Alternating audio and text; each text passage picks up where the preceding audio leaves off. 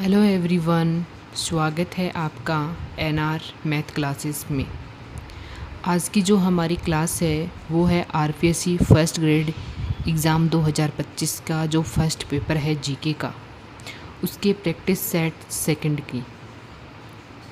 First practice set कर चुके हैं हम, जिसमें हमने लगभग 50 क्वेश्चन किए थे।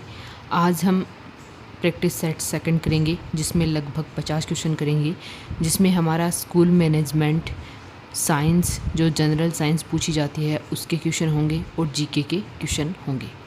तो सबसे पहले हमारा यहाँ पे आप सीरियल नंबर थोड़े टेढ़े मेढ़े हो गए हैं। 50 क्वेश्चन हम कर चुके थे। अभी हमारा 51 नंबर का क्वेश्चन है, कोविड-19 के समय राजस्थान सरकार द्वारा शिक्षा दर्शन नामक टेलीविज़न, यानी कोविड-19 के समय में राजस्थान सरकार के द्वारा एक शिक्षा दर्शन नामक टेलीविज़न चैनल चलाया गया था। तो इसकी शुरुआत कब की गई थी? इसकी शुरुआत 1 जून 2020 को की गई थी।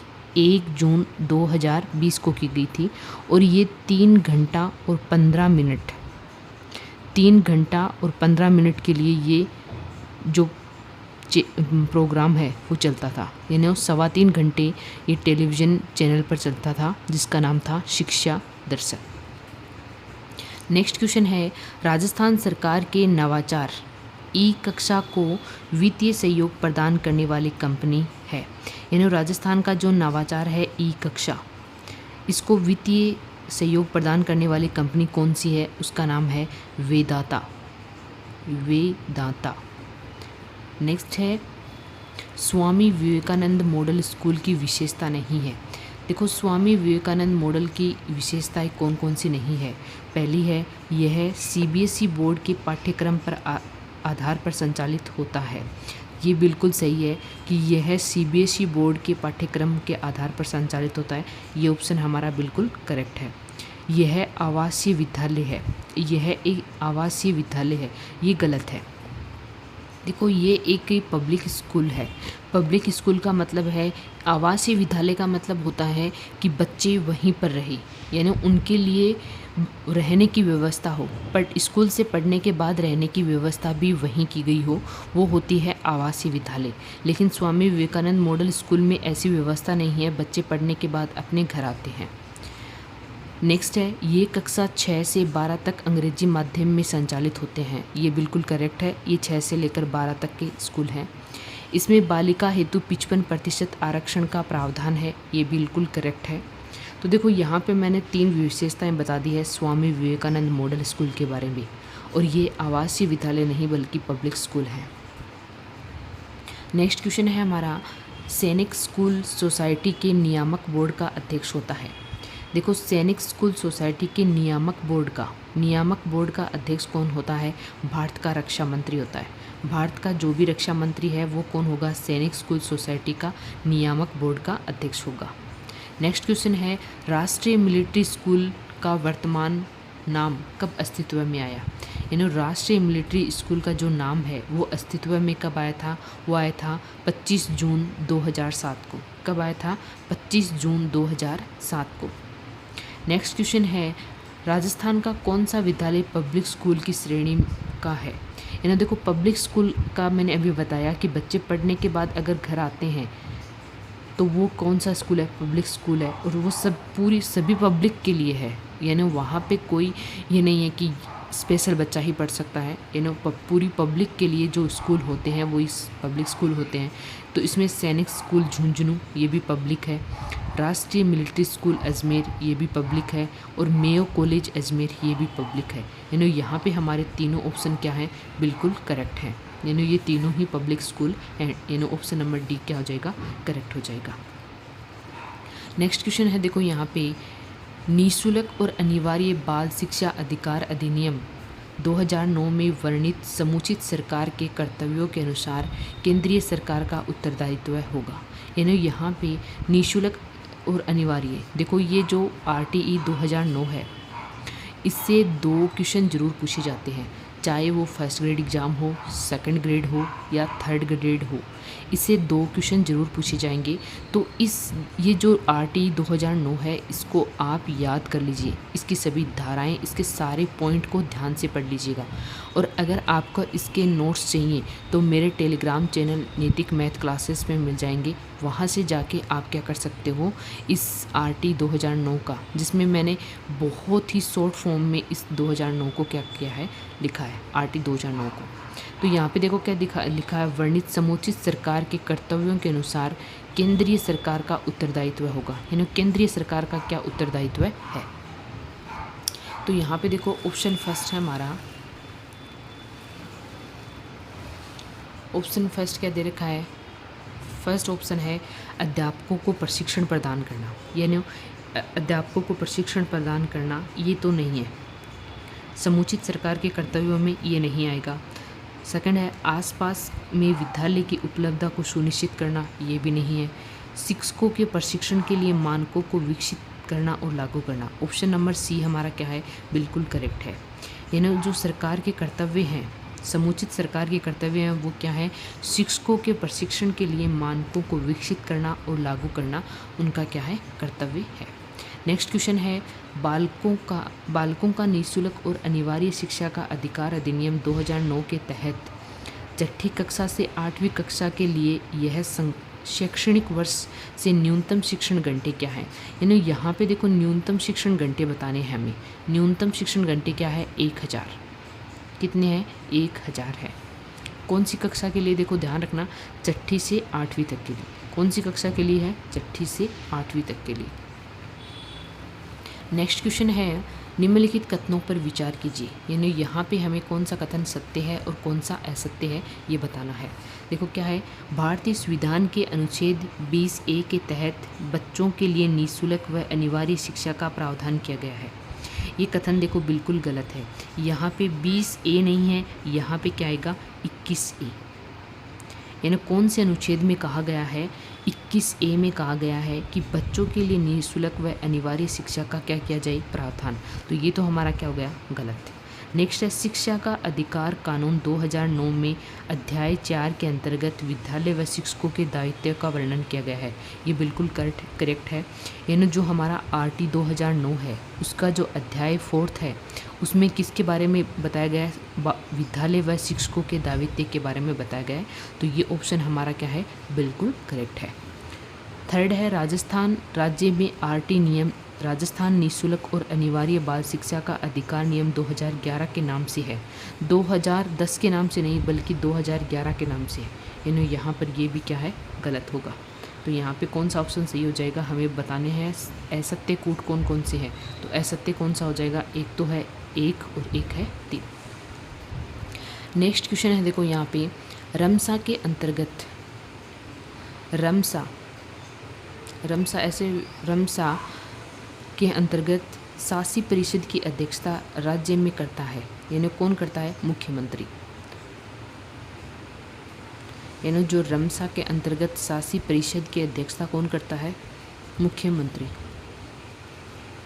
नेक्स्ट है समग्र शिक्षा अभियान की गवर्निंग काउंसिलिंग का अध्यक्ष होता है। यानी हमें यहाँ पे बताना है कि जो समग्र शिक्षा अभियान है, कौन सा अभियान है, समग्र शिक्षा अभियान है, उसकी काउंसलिंग कौन करता है। तो उसकी काउंसलिंग भी मुख्यमंत्री करता है। उसकी काउंसलिंग कौन करता है, जो राज्य का मुख्यमंत्री होता है वही उसकी क्या करेगा, काउंसलिंग करेगा।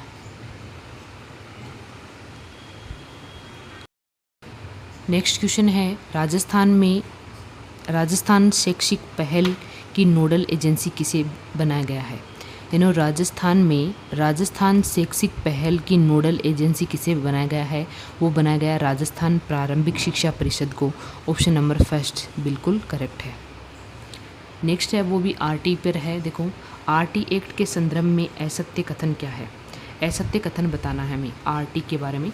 बालक को प्रारंभिक शिक्षा पूर्ण किए जाने तक विद्यालय से निष्कासित नहीं किया जा सकता, ये तो बिल्कुल करेक्ट है। देखो RT 2009 में है, क्या लिखा हुआ है कि जब तक बालक प्रारंभिक शिक्षा पूर्ण नहीं कर लेता तब तक उसे स्कूल से नहीं निकाला जा सकता। तो ये तो बिल्कुल करेक्ट है। इसके अंतर्गत विद्यालय प्रबंधन समिति द्वारा विद्यालय विकास योजना बनाने संबंधित भी प्रावधान किए गए हैं। ये भी बिल्कुल करेक्ट है कि यहाँ पे विद्यालय प्रबंधन समिति यानी एसएमसी के द्वारा ही क्या किया जाता है, विद्यालय विकास की योजनाएं बनाई जाती है। नेक्स्ट है, इस अधिनियम की एक अनुसूची में विद्यालय में स्वीकृत रिक्त पदों के 25% से अधिक रिक्त नहीं होंगी। ऐसा कोई प्रावधान नहीं है आरटी में, तो ये ऑप्शन हमारा क्या हो जाएगा, इनकरेक्ट। इस अधिनियम की एक अनुसूची में विद्यालय संबंधित मानक दिए गए हैं। इस अधिनियम की एक अनुसूची में विद्यालय से संबंधित मानक दिए गए हैं, ये बिल्कुल सही ऑप्शन है और ये डी भी क्या है, सही है। नेक्स्ट क्वेश्चन है हमारा, वो है शिक्षा का अधिकार अधिनियम 2009 की धारा 29 फर्स्ट के तहत राज्य में घोषित शैक्षिक प्राधिकारी संस्था है।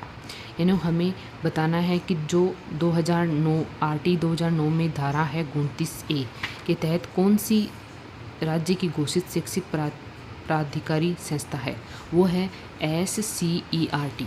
अब देखो यहाँ पे SCERT क्या है, SCERT यहाँ पे इसकी फुल फॉर्म क्या होती है, मैं आपको फुल फॉर्म बता देती हूँ। वो है स्टेट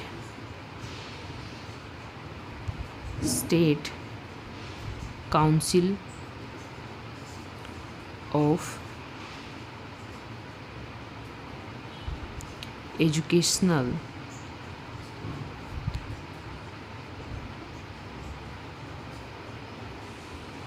रिसर्च एंड ट्रेनिंग। ये क्या है, इसकी फुल फॉर्म है SCERT की। तो ये क्या किया गया है, शैक्षिक प्राधिकारी संस्था बनाई गई है जो धारा 29 फर्स्ट में दी गई है। नेक्स्ट क्वेश्चन है हमारा, नेक्स्ट क्वेश्चन है कि राजस्थान निःशुल्क एवं अनिवार्य बाल शिक्षा का अधिकार नियमावली 2011 में उल्लेख है। अब देखो हमें यहाँ पे बताना है कि जो राजस्थान में आरटी 2011 है उसमें कितने तो अध्याय हैं और कितने नियम हैं, तो उसमें हमेशा याद रखिएगा 10 तो क्या है, अध्याय हैं और 29 क्या है, नियम। यानी ऑप्शन नंबर डी हमारा क्या हो जाएगा, करेक्ट हो जाएगा। नेक्स्ट है, निम्नलिखित में से कौन सा एक सर्व शिक्षा अभियान का लक्ष्य नहीं है। देखो सर्व शिक्षा अभियान चलाया गया था राजस्थान की ओर से, सर्व शिक्षा अभियान। तो इसमें देखो क्या क्या लक्ष्य दिया गया था और क्या क्या नहीं। तो इसमें देखो फर्स्ट है 6 से 14 वर्ष तक के सभी बालकों को नामांकित करना। यानी देखो इसमें ये प्रावधान किया गया था, इसका मतलब ये मोटिव रखा गया था कि 6 से लेकर 14 वर्ष के जितने भी बच्चे हैं उनको क्या करना होगा, स्कूल में एडमिशन दिवाना होगा। यानी ये ऑप्शन बिल्कुल करेक्ट है। एक है संतोषप्रद व गुणवत्तापूर्वक प्रारंभिक शिक्षा पर ध्यान केंद्रित करना होगा, ये भी बिल्कुल सही है। नामांकित सभी बालकों की माध्यमिक शिक्षा पूर्ण करना होगा। अब देखो ये जो सर्व शिक्षा अभियान है ये सिर्फ और सिर्फ प्रारंभिक शिक्षा के लिए जुड़ा हुआ है, माध्यमिक शिक्षा से नहीं। तो ये ऑप्शन हमारा क्या हो जाएगा, इनकरेक्ट। विद्यालय परित्याग दर को कम करते हुए शून्य करना है। यानी जो विद्यालय परित्याग है मतलब जो स्कूल को छोड़कर बच्चे जाते हैं उनको कम करना है, यानी उनको क्या करना है, बिल्कुल शून्य करना है। यही इसका क्या था, प्रावधान था, यही इसका क्या थे, लक्ष्य थे। नेक्स्ट क्वेश्चन है हमारा,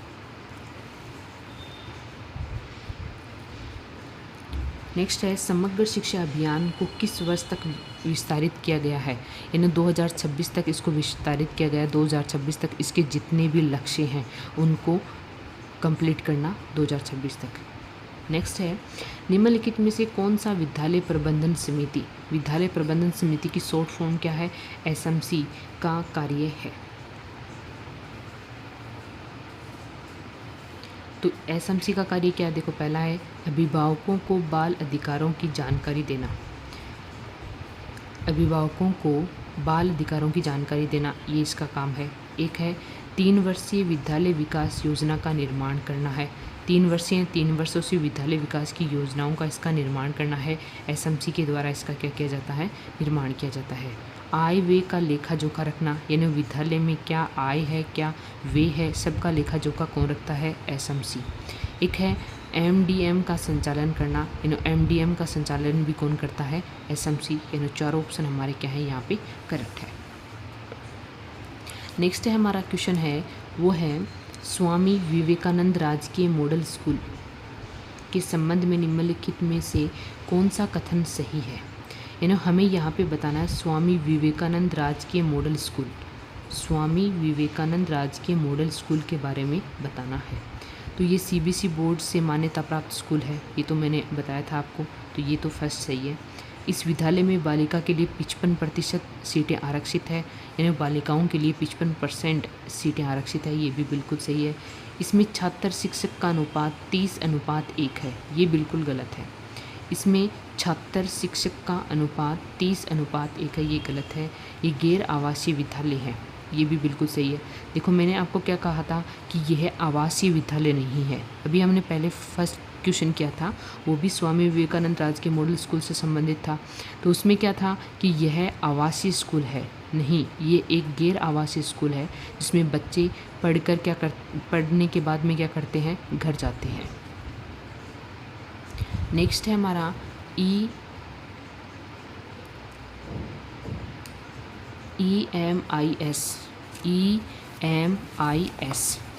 EMIS की सबसे पहले तो आप फुल फॉर्म देख लीजिए क्या होती है फुल फॉर्म। इसकी फुल फॉर्म बता देती हूँ मैं। इसकी फुल फॉर्म होती है education management,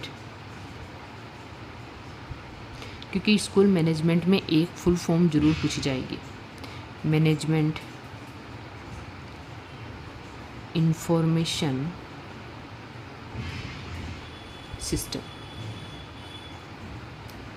school management information system EMIS की फुल फॉर्म है। अब देखो इसमें क्या है, EMIS प्रणाली के घटकों के चक्कर का सही क्रम है। देखो यहाँ पे इसका जो चक्कर है, अगर आपने ये टॉपिक पढ़ा है अच्छे से तो आपको पता होगा। सबसे पहले डेटा को क्या किया जाता है, स्टोर किया जाता है। डेटा संग्रह सबसे पहले आएगा। तो देखो हम यहाँ से ऑप्शन से कट करने की कोशिश करेंगे। तो देखो डेटा संग्रह है, पहले में भी है, दूसरे में भी है, और तीसरे में भी है, और चौथे में भी है। ये तो हमें पता है। सबसे पहले डेटा को स्टोर किया जाता है। उसके बाद में क्या है, प्रक्रिया डेटा, यानी उस डेटा की प्रक्रिया डेटा, यानी उस पर क्या किया जाता है, विश्लेषण किया जाता है। कि नेक्स्ट है विश्लेषण, प्रकाशन, प्रसार और पृष्ठपोषण, यानी उसके प्रक्रिया डेटा, यानी डेटा को क्या किया जाता है, उसके ऊपर क्या किया जाता है, प्रोसेस की जाती है। उसके बाद में उसका विश्लेषण किया जाता है। उसके बाद में उसका प्रकाशन किया जाता है, प्रसार, और फिर क्या किया जाता है, पृष्ठपोषण। तो ये फर्स्ट ऑप्शन ये हमारा बिल्कुल करेक्ट है। नेक्स्ट में देखो क्या है, डेटा संग्रह, डेटा विश्लेषण, प्रकाशन, प्रसार, डेटा प्रक्रिया, पृष्ठपोषण। यहाँ पे डेटा प्रक्रिया ये बाद में दिया हुआ तो ये तो गलत हो जाएगा। इसमें है डेटा संग्रह, डेटा प्रक्रिया, प्रकाशन, डेटा विश्लेषण, ये भी गलत है और ये भी गलत है। नेक्स्ट क्वेश्चन देखो हमारा, नेक्स्ट क्वेश्चन है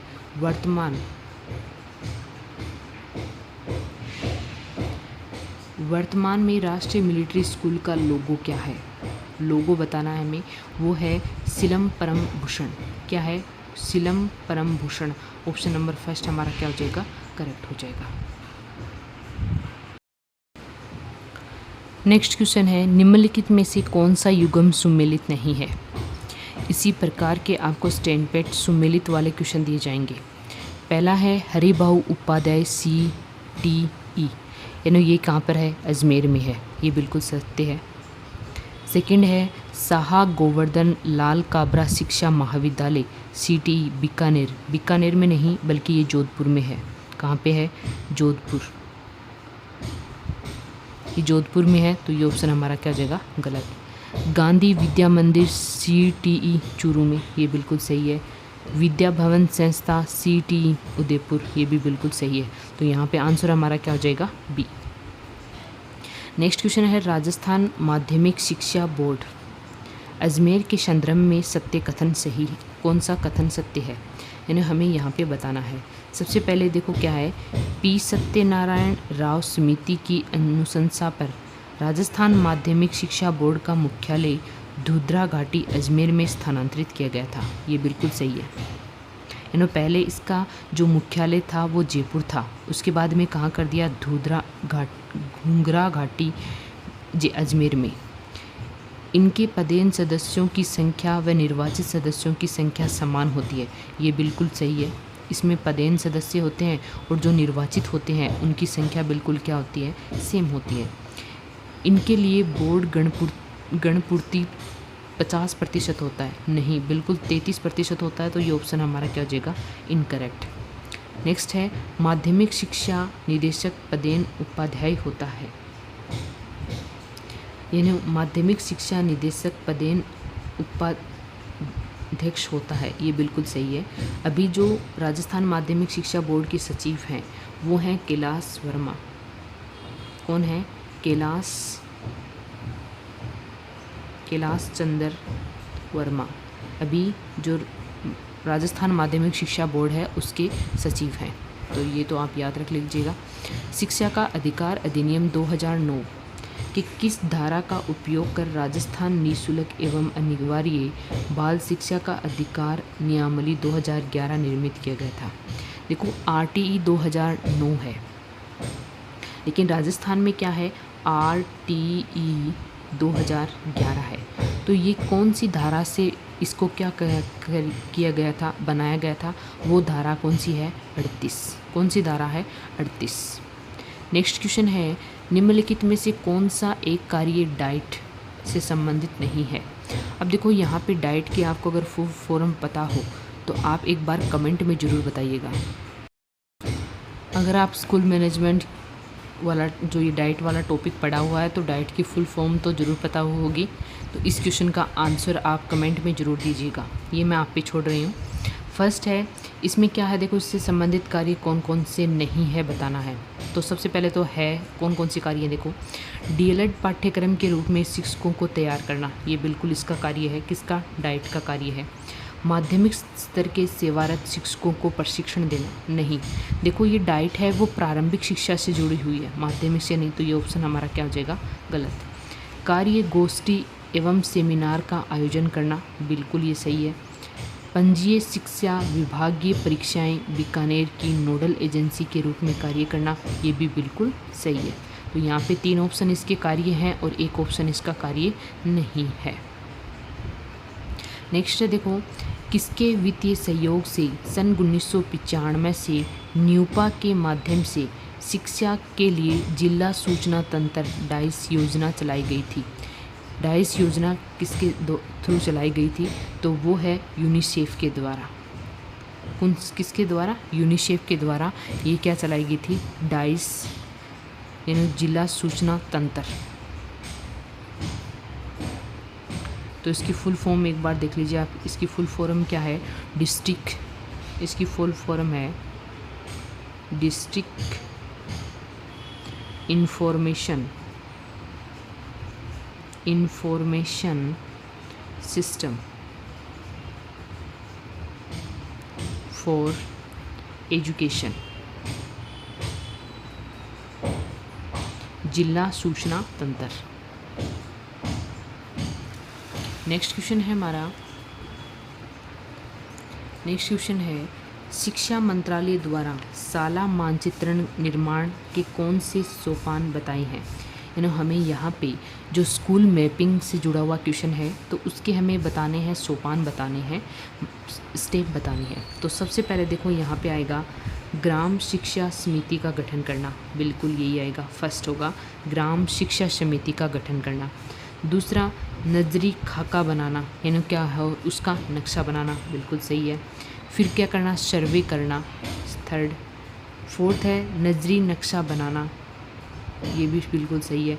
और फिर क्या है, समेकित सूचना यानी सूचना इकट्ठा करना। तो यहाँ पे ऑप्शन नंबर डी हमारा क्या हो जाएगा, करेक्ट हो जाएगा।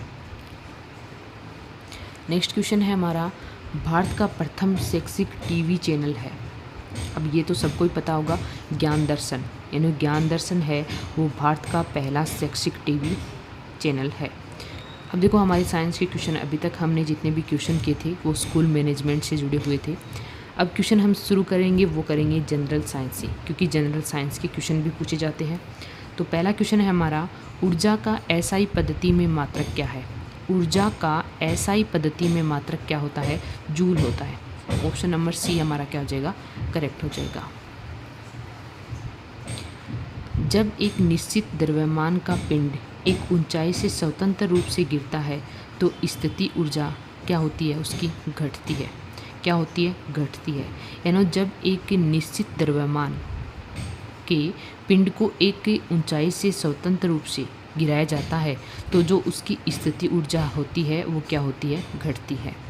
नेक्स्ट है संवेग के संबंध में असत्य कथन है।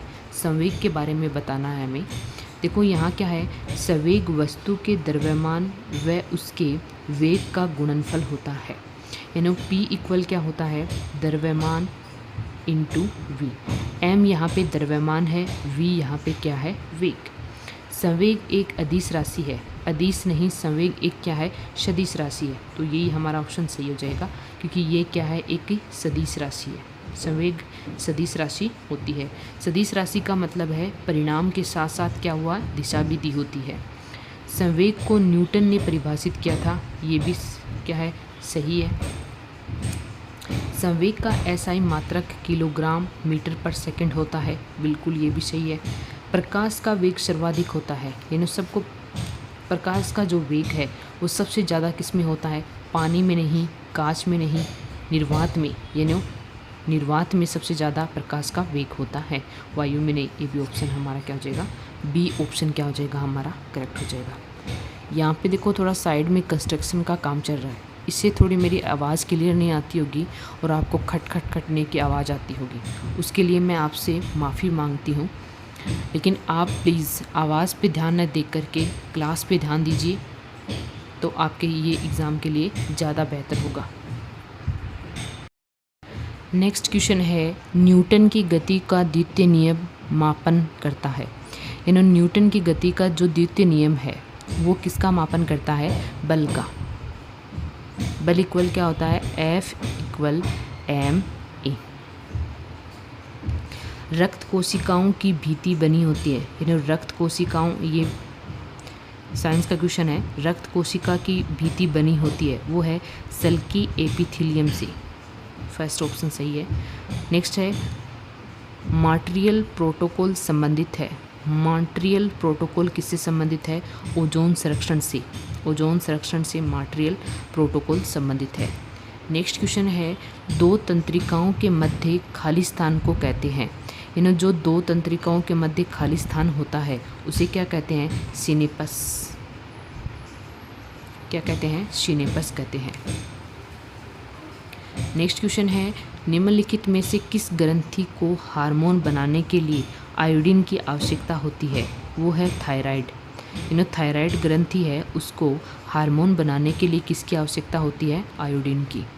नेक्स्ट क्वेश्चन है, उपार्जित लक्षणों को वंशागति का सिद्धांत प्रस्तुत किया था। यानी उपार्जित लक्षणों की वंशागति का सिद्धांत किसने दिया था, वो दिया था लेमार्क ने।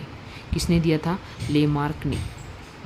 नेक्स्ट है, परिस्थितिकी तंत्र में 10% ऊर्जा का नियम किसने प्रतिपादित किया था। 10% ऊर्जा का नियम है वो क्या था, लीडमान ने। किसने किया था, लीडमान ने। नेक्स्ट क्वेश्चन है, एड्रेनलिन हार्मोन के कारण कौन सी क्रिया नहीं होती। यानी कौन सी क्रिया नहीं होती है, एड्रेनलिन हार्मोन के कारण कौन सी क्रिया नहीं होती, तो रक्त दाब का बढ़ना ये एड्रेनलिन हार्मोन की वजह से होता है। हृदय की धड़कन का बढ़ना ये भी होता है। पसीना बहुत अधिक आना ये भी होता है। आँखों की पुतलियाँ छोटी होना ये इसकी वजह से नहीं होता, एड्रेनलिन हार्मोन की वजह से नहीं होता। तो ये ऑप्शन गलत है, यानी यही हमारा क्या है, करेक्ट आंसर है। नेक्स्ट क्वेश्चन है हमारा, नेक्स्ट क्वेश्चन है, निम्नलिखित में से कौन सी गैस अम्लीय वर्षा हेतु उत्तरदायी होती है, तो वो है N2O। N2O। दुग्ध निष्कासन हार्मोन किसे कहते हैं, यानी ऑक्सीटोसिन हार्मोन की वजह से ही दुग्ध का क्या होता है, निष्कासन होता है। ऑप्शन नंबर फर्स्ट हमारा क्या हो जाएगा, करेक्ट। अब देखो जो नेक्स्ट क्वेश्चन है हमारा वो राजस्थान से जुड़े हुए जीके क्वेश्चन है। सबसे पहले देखो राजस्थान की अक्षांशीय अवस्थिति बतानी है, यानी राजस्थान की अक्षांशीय स्थिति बतानी है। तो अगर आपने राजस्थान का विस्तार अच्छे से पढ़ा है तो ये क्वेश्चन करने में आपको कोई भी दिक्कत नहीं होगी। राजस्थान की जो अक्षांशीय स्थिति है वो है 23 डिग्री 13 मिनट उत्तरी अक्षांश से 30 डिग्री 12 मिनट उत्तरी अक्षांश तक। तो ये ऑप्शन नंबर सी क्या है, करेक्ट है। नेक्स्ट है हमारा, निम्नलिखित कथनों पर विचार कीजिए। राजस्थान का पूर्व पश्चिम विस्तार की तुलना में उत्तर दक्षिणी विस्तार कम है। क्या है, निम्नलिखित कथनों पर विचार कीजिए और हमें यहाँ पे बताना है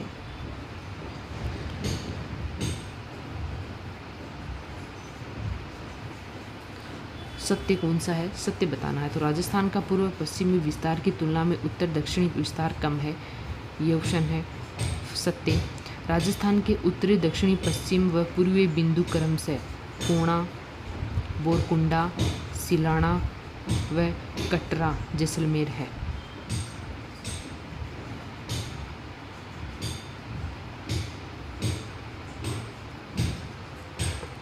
नेक्स्ट क्वेश्चन है, राजस्थान की सबसे बड़े जिले का क्षेत्रफल राज्य के कुल क्षेत्रफल का 11.2% है। तो ये भी क्या है, बिल्कुल करेक्ट है। यानी जैसलमेर का क्षेत्रफल सबसे ज़्यादा है, तो ये क्या हो जाएगा, सी ऑप्शन हमारा क्या हो जाएगा, करेक्ट हो जाएगा। नेक्स्ट क्वेश्चन पूछा है हमें, वो है सीमा से जुड़ा हुआ। क्या है, देखो, राजस्थान व मध्य प्रदेश की सीमा पर धौलपुर से चलते हुए आने वाले जिलों का सही क्रम क्या है। राजस्थान व मध्य प्रदेश की सीमा पर धौलपुर से चलते हुए आने वाले जिलों की सही क्रम क्या है। धौलपुर से उसके बाद में क्या आएगा, बारा, उसके बाद में झालावाड़, उसके बाद में कोटा और उसके बाद में क्या आएगा, चित्तौड़गढ़। यहाँ पे देखो किसकी सीमा बताइए, राजस्थान और मध्य प्रदेश की। तो यहाँ पे कौन कौन से आएंगे, बारा, धौलपुर के बाद में बारा, झालावाड़, कोटा और Chittorgarh. Option number C B हमारा क्या हो जाएगा, करेक्ट हो जाएगा। नेक्स्ट क्वेश्चन है, मौर्य काल के स्थापत्य के संबंध में निम्न कथनों पर विचार कीजिए। यानी हमें सत्य कथन बताना है यहाँ पे।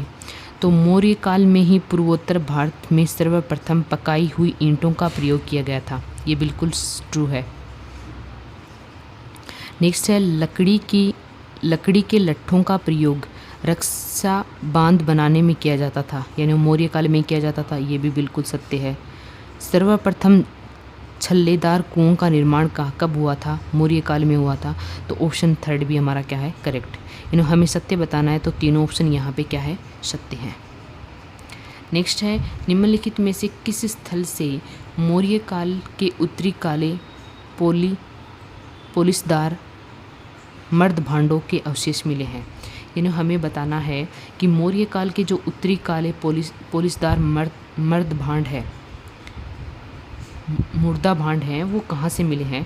तो वो है, एक तो बनगढ़ से, बिल्कुल सत्य है। एक है चंद्रकेतुगढ़ से, ये भी बिल्कुल सत्य है। एक है शिशुपालगढ़ से, तो ये भी बिल्कुल, यानी तीनों ऑप्शन हमारे क्या हैं, यहाँ पे करेक्ट है। नेक्स्ट क्वेश्चन है हमारा, वो है निम्नलिखित में से असत्य कथन है, असत्य कथन बताना है।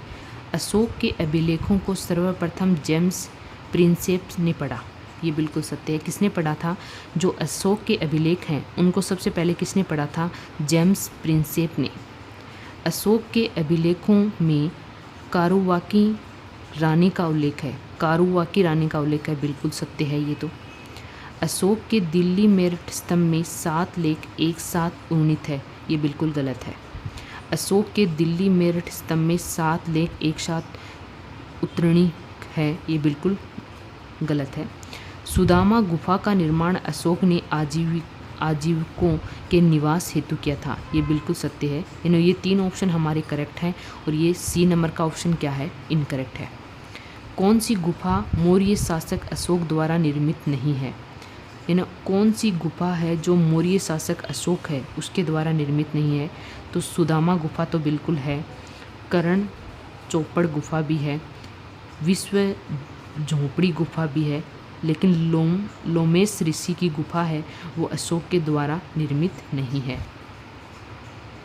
मौर्यकालीनी लोह प्रगलन भट्टियाँ कहाँ से प्राप्त हुई थी, यानी जो मौर्य काल में लोहा प्रगलन यानी लोहा गलाने की जो भट्टी मिली थी वो कहाँ से प्राप्त हुई थी, वो हुई थी इस वाल से। कहाँ से, इस वाल से हुई थी। नेक्स्ट क्वेश्चन है हमारा, निम्नलिखित में से कौन सा विकल्प मौर्यकालीन शिल्प कला का उदाहरण नहीं है? उदाहरण नहीं है ये बताना है हमें। तो यहाँ पे देखो ऑप्शन क्या दे रखा है हमें।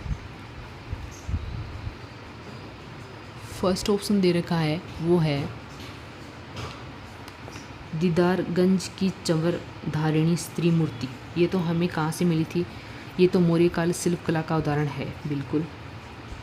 पटना एवं परखम से प्राप्त यक्ष मूर्ति, ये भी बिल्कुल सही है। लोहानपुर से प्राप्त मानव धड़ भी जो मौर्यकाल में प्राप्त हुआ था लोहानपुर से। मेहरौली का लौह स्तंभ, ये नहीं है। डी ऑप्शन क्या है हमारा? बिल्कुल सही है, जो मौर्यकालीन शिल्प कला का उदाहरण नहीं है। निम्नलिखित में से कौन सा स्तंभ लेख युक्त है? कौन सा स्तंभ लेख युक्त है, यानी जिसपे लेख लिखा हुआ है? एक तो है संकिसा, ये तो नहीं है। रामपुरवा वर्षभ, ये है रामपुरवा।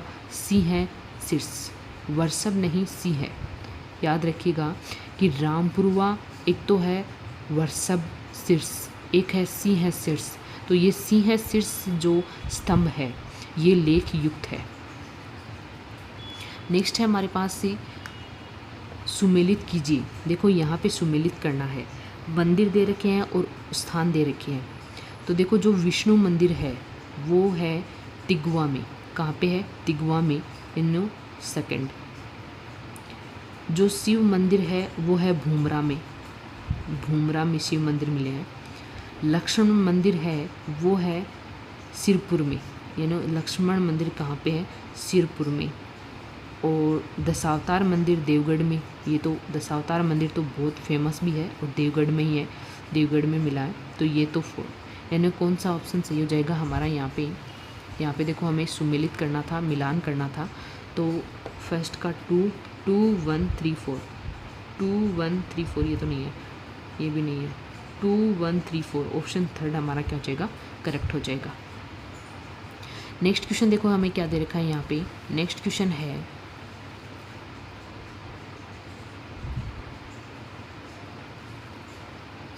क्या दे रखा? देखो निम्नलिखित में से कौन सी मूर्ति स्थापत्य गुप्त काल से संबंधित है? अभी हमने मौर्य काल पढ़ा था, मौर्य काल से जुड़े हुए क्वेश्चन थे। अभी गुप्त काल से जुड़े हुए क्वेश्चन है। देखो उदयगिरी की वराह मूर्ति, सुल्तानगंज की बुद्ध मूर्ति, एरन की वराह मूर्ति संबंधित नहीं है। यानी ये तीनों मूर्तियाँ तो है वो गुप्त काल में मिली हुई हैं। एक तो उदयगिरी की वराह मूर्ति, सुल्तानगंज की बुद्ध मूर्ति और एरन की वराह मूर्ति। लेकिन ये क्या है? वृहंदसीवर की मात्र मूर्ति है, ये गुप्त काल से नहीं मिली हुई है। बृहदीश्वर की मात्र मूर्ति है, ये गुप्त काल से नहीं मिली हुई है। नेक्स्ट है गुप्तकालीनी अजंता की गुफाओं में निम्नलिखित में से किसे चित्रशाला कहा गया है? यानी कौन सी गुफा को चित्रशाला गुफा कहा गया है? तो कौन सी गुफा को कहा गया है? गुफा संख्या 19 को क्या कहा गया है? चित्रशाला नाम से जाना जाता है। कौन सी गुफा को? 19। जो गुप्तकालीनी अजंता की गुफा है 19, उनका क्या नाम है? चित्रशाला नाम से जाना जाता है। अजंता की गुफा संख्या 16 से संबंधित गुप्तकालीनी चित्र नहीं है। देखो ये क्वेश्चन थोड़ा वैसे कंफ्यूज करने वाला है कि अजंता की गुफा संख्या 16 से संबंधित गुप्तकालीन चित्र नहीं है। तो जो 16 नंबर गुफा है उसमें मरणास्त्र राजकुमारी का वर्णन है, बिल्कुल है, चित्र है। यशोधरा का भी चित्र है, अवलोकीश्वर का भी चित्र है, लेकिन वहाँ पे माता व शिशु का चित्र नहीं है। यानी इस प्रकार के कोई भी चित्र का उल्लेख उसमें नहीं किया गया है, नहीं है ना, कोई भी चित्र उसमें नहीं मिला है। तो ऑप्शन नंबर डी हमारा क्या हो जाएगा? करेक्ट हो जाएगा, क्योंकि हमें नहीं पूछा है और डी ऑप्शन हमारा क्या हो जाएगा? करेक्ट हो जाएगा।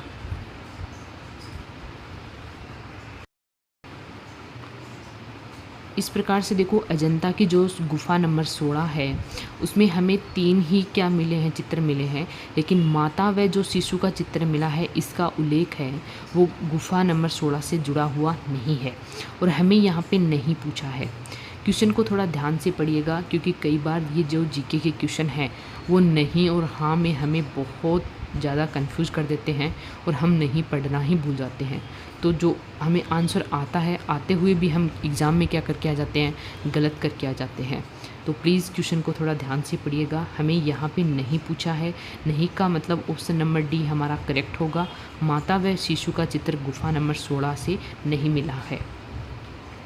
इस प्रकार आज के सेट में हमने 56-57 क्वेश्चन जो स्कूल मैनेजमेंट, साइंस, जीके के क्वेश्चन कंप्लीट किए। अगर आपको वीडियो अच्छी लगती है तो लाइक, शेयर, सब्सक्राइब ज़रूर कीजिएगा। और अगर आप ये जो रोज़ाना मैं क्वेश्चन आपको करवाती हूँ, इसकी नोट्स PDF आपको अगर चाहिए तो वो आपको मेरे टेलीग्राम चैनल नैतिक मैथ क्लासेस पे मिल जाएगी। Thank you so much. मिलते हैं नेक्स्ट प्रैक्टिस सेट में।